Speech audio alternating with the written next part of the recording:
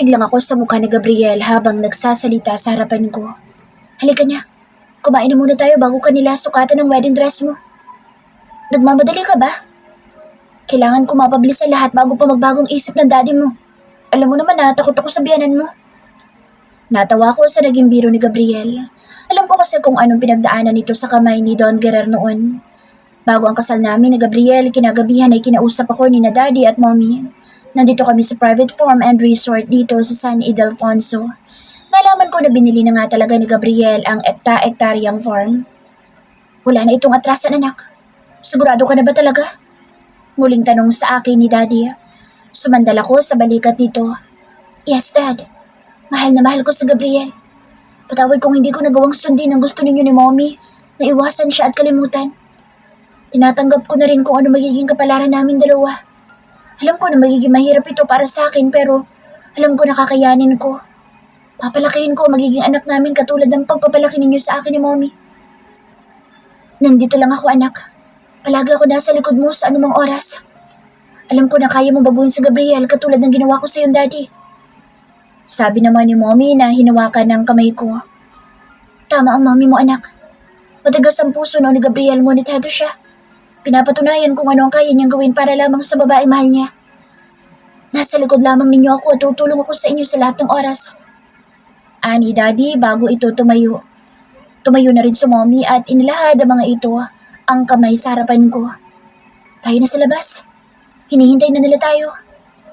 Muli kong niyakap ang mga magulang ko na palaging nandyan para suportahan akong palagi. Suot ang mermaid-style wedding dress ay naglakad ako sa red carpet. Nakatingin ang mga bisita sa akin, mga kaibigan na malapit ni daddy at kamag-anak nila ni mommy. Kumikinang ako sa suot kong wedding dress na puno ng mga rhinestones and floral laces na tinahipa ng isang sikat na designer sa Italy. Off-shoulder ang wedding dress na lapat na lapat sa katawan ko. Nakabon ang aking buhok na inayos ni Warren. Si Owen naman ang nagsilbing makeup artist ko at sina Gracie at Sash naman ang nag-organize sa wedding. Sa may altar ko nasaan ang pare ay nandoon at nakatayo si Gabriel na pumapatak ang luha sa mga mata. Inihatid ako ng mga magulang ko sa kinaroroonan ni Gabriel at nang hawakan ni Gabriel ang kamay ko ay nagsalita si daddy. Ako na ngayon ang boss mo. Ingatan mo ang anak ko, kundi mananagot ka sa akin. Pagbibiro ni daddy kay Gabriel. Narinig iyon ng mga bisita kaya nagkaroon ng tawanan. Promise, what's that? Niyakap naman ni mommy sa Gabriel. Mahalin mo ang anak namin ng buong tapat. Hindi makasagot si Gabriel na medyo emosyonal. Isang mafia boss ang umiiyak dahil sa akin. Inayos ni mommy ang veil ko bago niya ako iwan sa altar. Tumingin ako kay Gabriel na nakangiti na sa akin. Mahigpit kong hinawakan ang kanyang kamay. Relax ka lang. Baka isipin nila pinapaiyak kita. Pagbibiro ko sa kanya. Ako dapat ang emosyonal pero inunahan niya akong umiyak kaya hindi na ako umiiyak pa. Ngayon lang ako umiyak sa sobrang saya. Ito na ang pinakamasayang bahagi ng buhay ko, babe. Hindi ko inaasahan na magiging ganito ang suporta sa akin ng mga magulang mo. Isang simpleng kasal na kasama ka at ng mga taong mahalaga sa ating dalawa. Nagsimula ang seremonya ng kasal at sinambit namin dalawa ni Gabriel ang pangako namin sa isa't isa. Naging maugong ang palakpakan ng mga bisita nang matapos ang seremonya at sabihin ng pari na kasal na kami ni Gabriel. Nilapitan ako ng mga kaibigan ko at nagpa-picture kami ni Gabriel na kasama sila. Nagkaroon din kami ng pagkakataon ni Brandon na makapag-usap habang abala si Gabriel na asikasuhin ang mga bisita. Walang mga politiko at mga kasosyo sa negosyo. Tinupad ni Gabriel ang hiling ko na isentro sa aming pamilya ang kasal namin dalawa. Mrs. Montesaro ka na ngayon. Asawa ka na isang mafia boss. Ani Brandon sa akin nang may malapad ng ngiti. Pasensya ka na sa regalo ko. Biglaan kasi at wala sa plano. Niyakap ko na ng buong pinili kong buhay kasama si Gabriel. Brandon, masayang-masaya ako dahil alam ko na magiging maligaya ako sa piling niya. Salamat sa regalo mo sa amin ni Gabriel. Mamiti din ako kay Brandon. Hindi magiging madali ang buhay pero sana'y makaya ninyong dalawa, Monica. Nandito pa rin ako bilang isang kaibigan. Alam mo ba, baka sa susunod na taon ikakasal na din ako. Siya ba ang tinutukoy mo? Inginuso ko ang isang sexy babaeng nakasuot ng floral, long dress na may mahabang slit. Ngayon ako naniniwala na totoo nga na kapag na-love at first sight ka, hindi ka na makakatakas sa pana ng pag-ibig. Sabi nito na hindi maalis ang ngiti sa mga labi. Nakikita ko siya nakasama ni Gabriel noon bukod kay JC. Sekretaryo siya noon ni Gabriel pero sa akin na siya ngayon dahil nabihag niya ang puso ko. Tinapik ko ang braso ni Brandon. Masaya ako para sa'yo. Salamat, Monica. Nandiyan na si Gabriel. Hindi pa rin siya naniniwala na may mahal na akong iba. Gusto pa rin niya na dumistansya ako sa'yo ng 10 meters. Biro nito sa akin. Wala pa rin pagbabago sa Gabriel sa pakikitungo nito kay Brandon. Hayaan mo na. Iba lang talaga siguro nagagawa ng pag-ibig. Puntahan mo na si Amara. Baka pati siya'y magselos dahil kausap mo ko. O buti pa nga. Best wishes, Monica. Nilampasan ni Brandon sa Gabriel na magkasalubong ang kilay. Ano sinasabi niya sa'yo, babe? Kinukumbinsi ka ba niya na makapagtanan sa kanya? Tila naaasar na tanong nito sa akin. Sinabi niya na malapit na siya ikasal. Iniimbita nga niya tayong dalawa. Tapos na ba kayo mag-usap ni Daddy? Tumango siya sa akin at tinawakan ng kamay ko. Nakakatakot pa rin talaga sa Guzman. I mean, si Daddy. Kinurot ko siya sa tagiliran. Puro ka talaga biro. Pinaalalahanan niya ako na kung sakali manalokohin kita, gagawin niya daw lahat para bumagsak ang triad na kasama ko. Natuwa ako sa sinabi nito. Dapat lang para matakot ka at huwag mo subukan. Hinila niya ako at hinapit ang aking bewang. Inilagay nito ang magkabilang kamay ko sa ibabaw ng balikat nito. Habang buhay kitang mamahalin, Monica. Susumpa ako sa'yo na kahit na magubad pa sa harapan ko ibang babae, hindi ko sila lilingunin. Inilapit nito ang mukha sa akin at tinalikan ng aking mga labi. Huminto ito sa paghalik sa akin at tumapo ang mga labi nito sa punong tenga ko. Gusto mo magpahinga na sa bahay? Gabriel, mahina ako sambit dito. Sabit na ako maangkin ka ulit. Bulong pa nito at hinagod ng mga labi nito ang bato ko. Habang abala ang lahat ay umalis kami ni Gabriel sa kalagitnaan ng kasiyahan. Malayo pa ang bahay namin sa private resort kung saan ang reception. Sumakay kami sa kotse at nagtungo sa aming simpleng tahanan.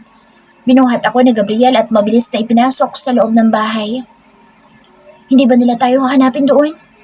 Tanong ko kay Gabriel na abala sa pagtanggal ng tuxedo nito. Hindi na, babe, dahil alam nila kung anong kasunod ng kasal kundi honeymoon. Pamimilaw sa pangsagot ni Gabriel. Nagubad ito ng pang-itaas na damit sa harapan ko. Sandali lang, hindi pa yata ako ready. Mahigpit kong hinawakan ang suot kong wedding dress. Ngumisi ito sa akin dahil sa sinabi ko. Hinapit ni Gabriel ang bewang ko tinagka ng aking mga labi. Tinugon ko ang maalab niyang halik at kusang isinuko ang sarili dito. Gumapang ang isang kamay nito sa likod ko at ang isa nitong kamay ay nakahaplos lang sa bewang ko. Kinagat ni Gabriel ang ibabang labi ko. Sabit din ako sa kanya. Halos isang buwan din noong huling nagtalik kaming dalawa. Naramdaman ko ang kakaibang kiliti na gumapang sa katawan ko. Inalis ni Gabriel ang wedding gown na suot ko bago niya ako ipasok sa loob ng kwarto namin dalawa. Binaba niya ako sa kama habang magkalapat pa rin ang aming mga labi. Sandaling lumayo sa akin sa Gabriel at sa harapan ko, tinanggal nito ang saplot sa katawan. Nakabukas ang ilaw at kitang-kita ko ang tayon-tayo nitong kahabaan. Pinaghiwalay nito ang mga binti ko at saka ito tumingin sa akin habang nakayuko.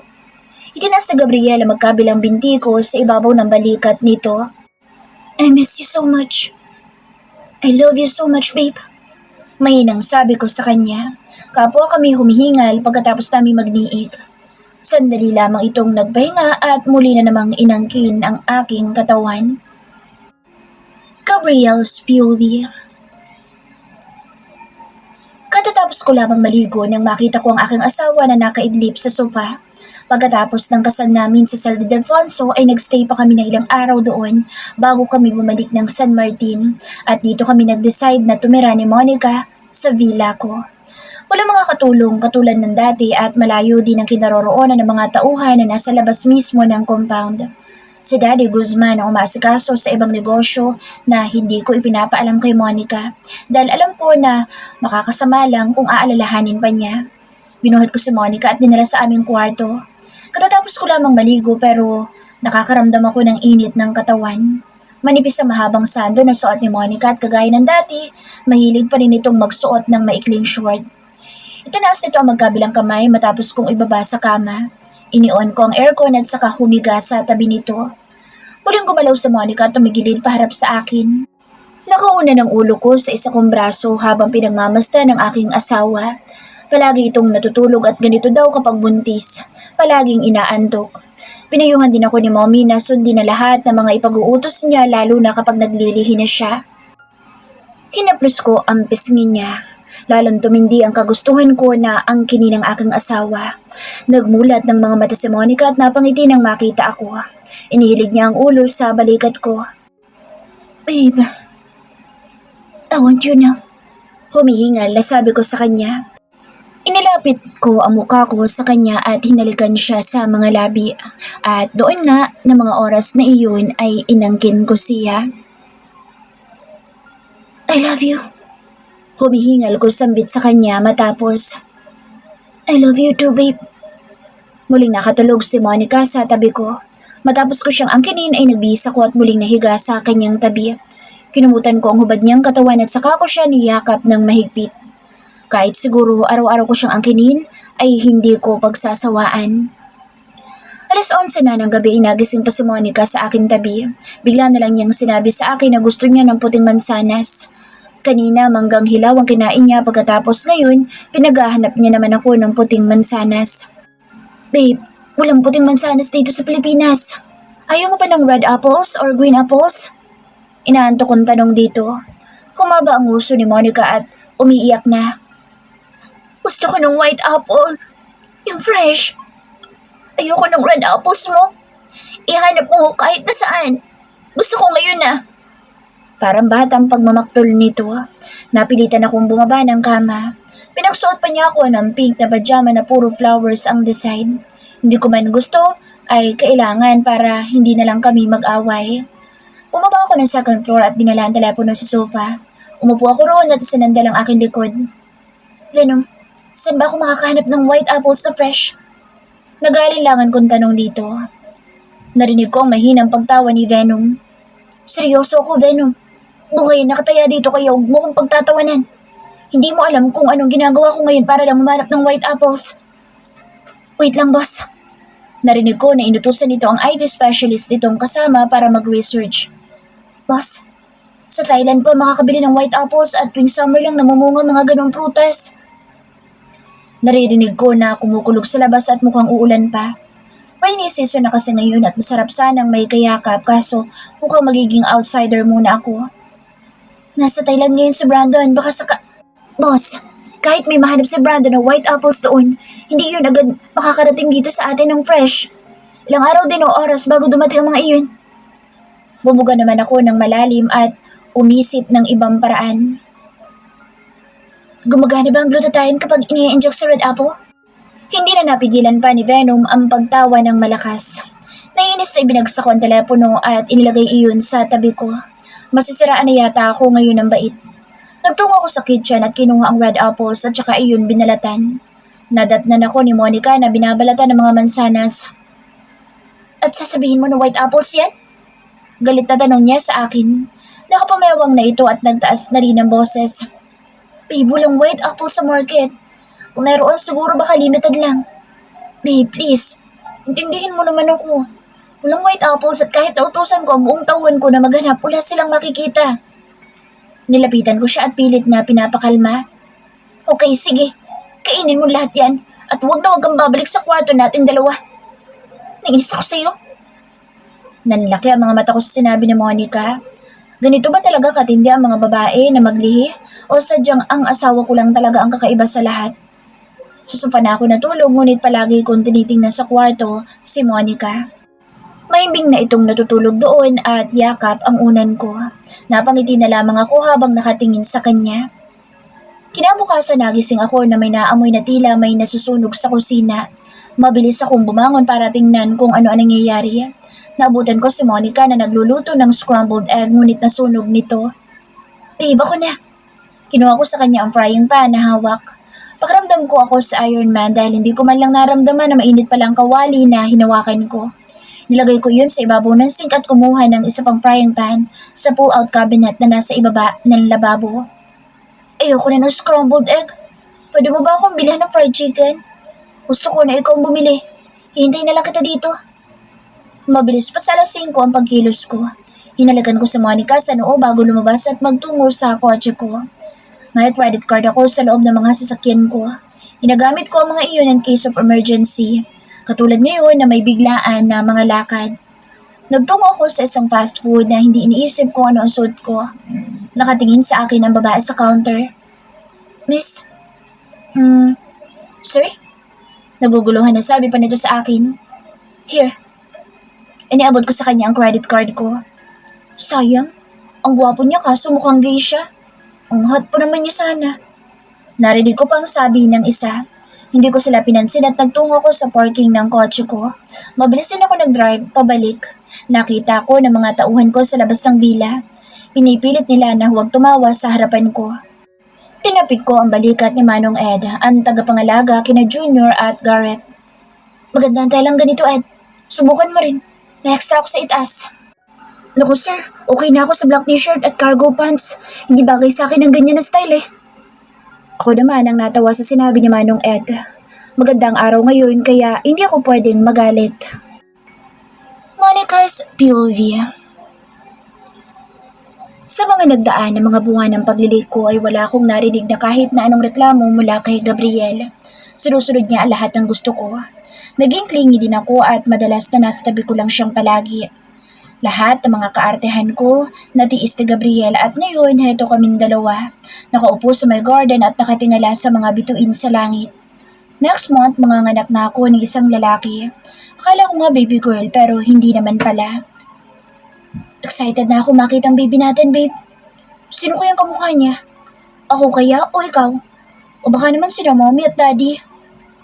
Ani Gabriel habang hinahaplos ang tiyan ko. Siguro magiging kamukha mo siya dahil pinahirapan kita habang pinaglilihi ko siya. Hinawakan ko ang kamay ni Gabriel at ngumiti sa kanya. Ginawa ko ang lahat para sa baby natin at syempre para sa iyo, mahal ko. Kahit na sino pa ang kamukha niya, gusto ko na maging normal ang buhay niya, katulad ng ibang mga bata. Anong ibig mo sabihin, Gabriel? Sumeryoso ang mukha nito habang nakatitig sa akin. Dadalhin ko kayong dalawa sa France. Ilalayo ko kayo sa gulo ng buhay ko. Gabriel, Monica, gusto ko magkaroon ng normal na buhay ang mga anak natin. Hindi ko gusto na lumaki sila na nakikita ang mga baril at nasasaksihan kung paano. Pinili ko ang buhay na kasama ka at pwede natin gawing normal ang mga buhay natin. Katulad ng ganito. Pinalika ko ni Daddy nang walang alam kung sino talaga siya at wala din akong kaalam-alam noon na member siya ng isang triad. Hinapos ko ang mukha ni Gabriel. Nag-aalala. Hindi ako pupunta ng France at hindi kita iiwanan, okay? Magiging masaya tayong dalawa kahit na ano pang gusto mong gawin. So, supportan kita. Katulad na lamang na ginawa ni Mommy kay Daddy. Hindi kita iiwan. Ipinangako na natin iyan sa isa't isa, di ba? Ipinatong ni Gabriel ang kamay niya sa kamay ko. Kakayanin natin ang lahat. Bubuo tayo ng masayang pamilya. Pinagdikit namin ang aming mga noo. Promise natin yan sa isa't isa. Niyakap ko ng mahigpit si Gabriel. Hindi ko siya kailanman iiwan. Makalipas ang isang buwan ay nanganak ako ng isang malusog na baby boy. Akala ko hindi ko siya kayang ipanganak ng normal dahil sa laki niya, ngunit nagawa ko pa rin. Isunod ko ang pangalan ng anak namin kay Gabriel.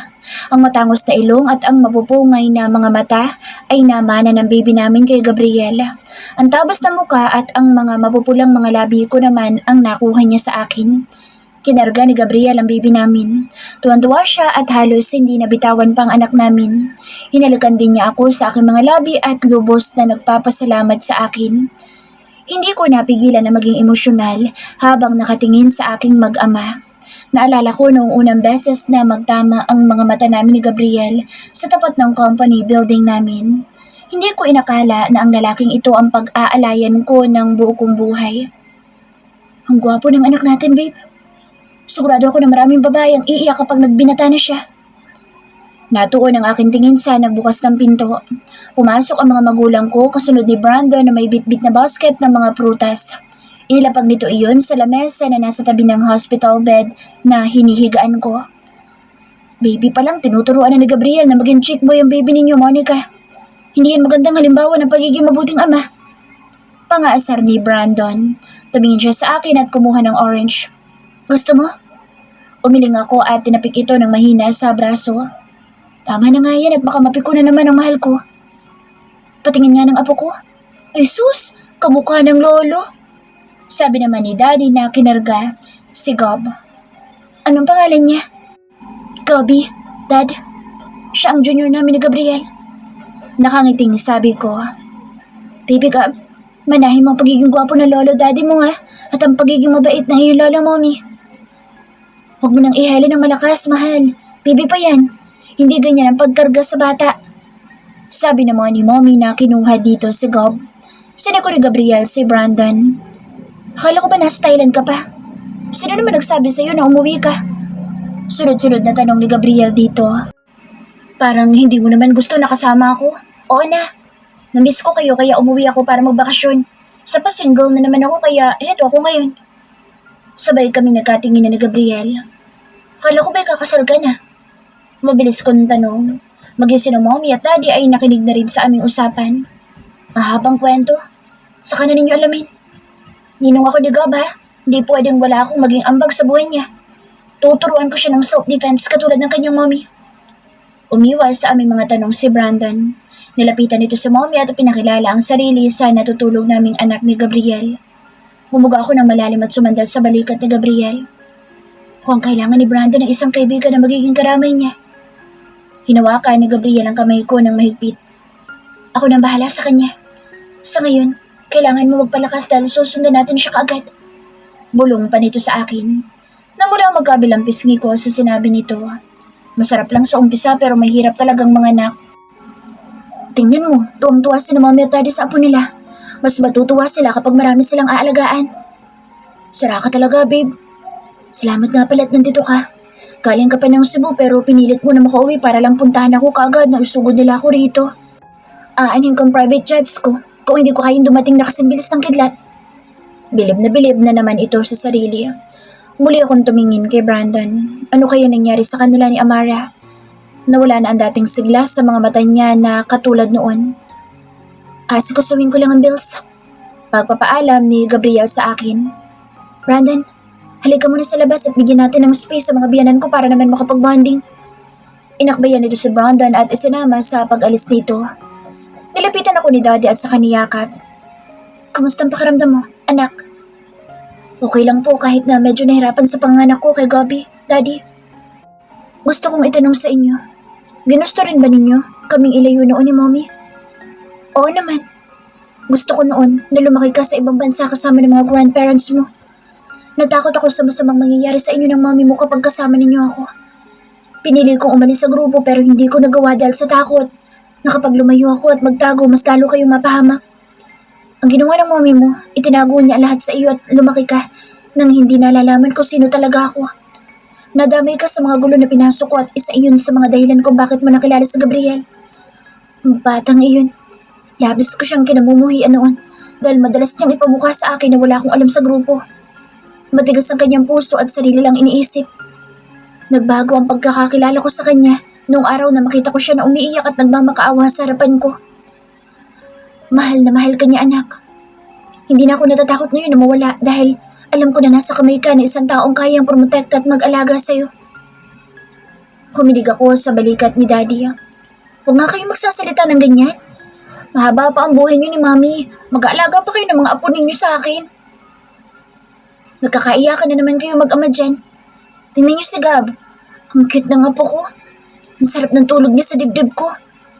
Ani Mommy na lumapit sa amin dalawa ni Daddy. Anastasia, nakuha nga talaga sa'yo ni Monica ang katapangan. Sabi ni Daddy. Ako ang ina kaya sa akin magmamana.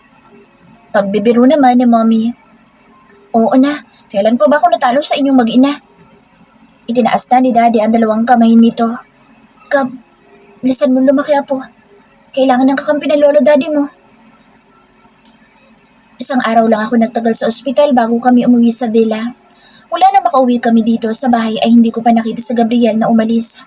May kinakausap lang ito sa telepono pagkatapos noon ay inaasikaso na kami mag-ina. Pinili ko na magpa-breastfeed kay Gab dahil marami akong gatas na nakukuha sa pagpapump ko. Inilipat na namin ng kwarto si Gab at nilagyan ng CCTV ang kwarto niya. May beeper din ako na tutunog kapag iiyak si Gab o kaya naman para magpapadede dito. Hindi ako nahirapan na mag-alaga sa baby namin dahil napakatahimik niya at umiiyak lang kapag nagugutom. Hindi pa rin ako pumapayag sa alok ni Gabriel na kumuha ng kasama dito sa bahay. Gusto ko kasi na ako lang mag-aalaga sa mag-ama ko para matuto ako sa mga gawaing bahay na hindi ko pa alam. Katulad ngayon na pinag-aaralan ko kung paano magluto ng kare-kare. Nakaharap ako sa cellphone ko at pinapanood ang paraan ng pagluluto noon. Babe, ano kaya kung umorder na lang tayo sa labas? May 3 oras ka na kasi dyan at wala ka pang nasisimulan. Nagkamot ng ulo si Gabriel na nasa tabi ko. Baka magising na sa baby, wala pa tayong ulam. Humaba ang uso ko sa sinabi ni Gabriel. Gusto mo bang matikman ang kare-kare ko? Siyempre, gusto kitang matikman. Yung kare-kare mo. Kahit naman hindi luto yan masarap pa rin. Namula ang aking magkabilang pisngi sa sinabi nito. Kare-kare ka sa sinasabi ko, babe. Hinapit ito ang bewang ko at niyakap ako patalikod. Siguro naman tama na yung 1 buwan. Babe, saway ko sa kanya. Okay, 1 buwan pa. Sabi nito ngunit ikinikis-kis na ang umbok nito sa likod ko. Umorder ka na ng ulam. Bukas na lang ako magluluto ng kare-kare. Hinagka nito ang bato ko. Hindi pa ba talaga pwede? Hindi pa ako ready na mabuntis ulit. Babe, ang luwang nitong villa. Kahit na magparami tayo ng lahi, okay lang.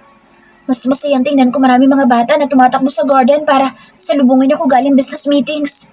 Hindi ba masaya yun? Natawa ko nang malakas sinabi nitong iyon. Next month, or maybe 1 month more? Sa ngayon, hindi pa talaga pwede. Tumunog na ang beeper na nasa bulsa ko. Umorder ka na at sa balcony lang tayo kakain. Nagkamot ito ng ulo na tila hindi nagustuhan ng suggestion ko. Napailing na lamang ako habang pinapanood ang aking asawa na ilang beses nang sumuntok sa hangin. Nakaupo ako sa kandungan ni Gabriel matapos namin maghapunan. Nandito kami ngayon sa balcony at dinadami ang malamig na simoy ng hangin. Hindi mo nasabi sa akin ang tungkol sa pag-uusap ninyo ni Brandon. Okay lang ba siya? Nagsalubong ang kilay ni Gabriel. Bakit mo naman tinatanong? Sinabihan ko na siya na gawin 20 meters ang distansya niya sa'yo. Masama niya akong tinignan. Babe, seryoso kasi ako. Nilalaro ni Gabriel ang puson ko habang nakatitig sa mukha ko. Nagkaroon lang sila ng misunderstanding at magiging maayos din sila. Pinayuhan ko siya na huwag babalik ng Pilipinas hanggat hindi niya nasisigurado na buntis na nga si Amara. Nakinig naman siya sa akin kaya nakahinga na ako ngayon ng maluwag. Wala pa rin akong tuwala sa mukong na iyon kapag nakikita ko siya na kausap ka niya. Nainis lang talaga ako at kumukulo ang dugo ko. Loko ka talaga. Magkaibigan kami ni Brandon at hanggang dun lang iyon. Kung talaga may gusto ako sa kanya, sana noon pa lang pumayag na ako na magtanan kaming dalawa. Ha? Sinabi talaga niya itatanan ka niya? Nagtaas ito ng boses. Makakatikim talaga siya sa akin. Hinalikan ko ang labi ni Gabriel. Ikaw lang ang mahal ko at wala nang iba. Huwag ka na magalit kay Brandon. Tumataas ang bibi ko sa kanya. Kaya ako siya pinaalis. Muli ako natawa sa katwiran nito. Mas cute pala ang funny side ni Gabriel. Akala ko noon puro lang ito bulyaw at pagmumura. Muli kong hinagka ng mga labi ng aking asawa. Akala ko ba, 1 more month pa. Namimiss mo ng hotdog ko, no? Kinurot ko siya sa tagiliran at nagharutan kaming dalawa sa sofa hanggang sa magising ang aming anak dahil sa ingay naming dalawa. Akala ko nung una hindi ko magagawang maging asawa ng isang boss. Ngunit nagawa ko. Sino ba mag-aakala ng isang inosenteng dalaga na katulad ko ay magiging asawa ng isang makapangyarihang mafia boss?